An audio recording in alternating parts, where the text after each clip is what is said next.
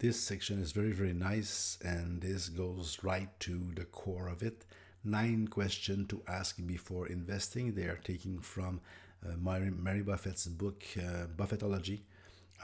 One of the best I've read about the mechanics of thinking about investing in Buffett like companies. We can never be like him. So we go one by one. First question is: does the business have an identifiable consumer monopoly? Of course, nobody has a real monopoly, but I showed you earlier, like Coca-Cola, like Dairy Queen. There is very strong emotions and a moat attached to a brand. And what it means is that when you have a consumer monopoly, you are able to have better margins. You are able to adjust your price to inflation. You are able to take the people away from your market. We just go back to the example of the pinball machine in the barber shop. Let's say that Buffett owns the barbershop or has a lease that is for the next 10 to 20 years, or that the pinball is the Pac-Man, and Pac-Man is the most addictive and most fun game there is, and everybody goes to the barber shop because there is a Pac-Man and Buffett has the rights. So something about that. So is the business in the commodity? So we don't care about what it sells. If I buy, let's say I buy clothing, I buy a shirt. If I don't care for the shirt, I will go for the cheapest one or for the color. But if I have a what have you, the nice little polo thing, and the polo is not a monopoly, but if polo is very, very strong and people want to have a brand and stuff like that. So is the business have an identifiable consumer monopoly is one. I think about the Heinz ketchup and the taste of Heinz ketchup. I don't know if you have tried anything else than Heinz ketchup, but that is one of them too. Are the earnings of the company? We'll go back in detail on some of them, not all, but then some of them we'll go back more in detail. But I just want to have you to make you to have an overview of the 9 questions. Are the earnings of the company strong and showing an upward trend? So strong is something, but it is just strong for 1 year. Yeah, it can be a special year, but are the earnings strong, not just smidge or a shadow of earnings? So the earnings that are strong, meaning a good percentage of the overall income, and are they showing an upward trend? It cannot be upward every year, but you look on a 5 or 10 year span, and you can see or not if there is an upward trend. We'll look into that more. And is the company conservatively financed? So is there a lot of leverage out there, or it is conservative? The same thing goes for consumer, can go for you, for me. Is the house we have just 100% mortgage? Is that our living beyond our means? And in personal life, it can be a problem, and in a business life, it can be a problem too if you are too much in debt. Does the business consistently earn a high rate of return on shareholders' equity? It is a way for Buffett and for every analyst to see if the funds of the company are allocated. Let's say a company makes $100 million a year of profit. It's a nice number.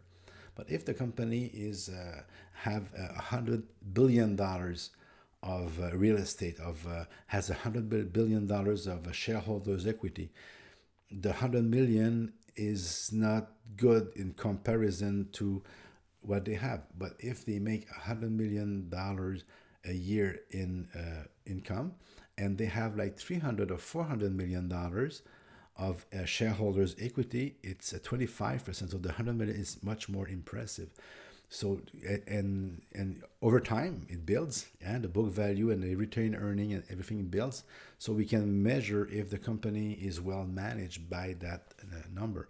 And does the business get to retain its earnings? And other things. I told you about the pinball machine. We'll go back to the pinball machine. So I told you about that. So if you have to change the pinball machine every 6 months, and it is $35, and Buffett would like to take back his $35 one day. But every 6 months he makes profit, but then he has to take a big chunk of his profit to reinvest into new pinball machines, because he has to stay current, he has to stay on top of the things. That money, yes, stays into the company, but does not go back to shareholders, does not build value. So that's one thing. How much the business does the business spend on maintaining the current operation? It's a little bit in the same thing. Does it have to always reinvest, or can it keep its money? We'll talk about that. Is the company free to reinvest retained earnings in new business upon the expansion or of operation or share repurchases? So you have your retained earnings, and do you have to keep them, or you can do whatever you want with them and play with it? We have heard about Apple's stock repurchase and stuff like that. So, and when you do that, there is less stocks in circulation, and it can be good for stockholders. Is the company free to adjust prices to inflation? If you have a company that is like Coke and you sell Coke and you have a strong brand, yes, you can adjust your price to inflation. But if you sell wheat, if you sell something more of a commodity like cotton and stuff like that, you have to be always rock bottom. You always have to competition, or even say Bombardier, when you're going to you summit and you soumission, and you have to make a quote, and to be very on edge. Sometimes you have to shave profits, and you're not always profitable because you cannot adjust your price to inflation because you don't have the brand to do it. And finally, will the value added by retained earnings in the books increase the market value of the company? I will show you example of that. It's not that complicated, but I'm telling you something. If you take any stock you want to buy and you pass them through that, just take maybe an hour, even not even so, but you take the time to pass the stock through that grill. Not a lot of stocks will pass the test, but the ones that will, because there are stocks that are good stocks, uh, value Buffett here stocks. That doesn't mean the other stock cannot go wild, but we're not talking about that today. So that gives you a great frame of reference. I know that if you are in this course, you're not usually selling stocks, you're selling maybe mutual funds and stuff. You don't have the permit, the license to sell stocks or to talk about stocks. But that gives you an idea, that gives you an edge, and that gives you a roadmap. Maybe if you have a customer, an investor that want to invest, it can give you a good way to help them or to prevent them from investing into risky stuff.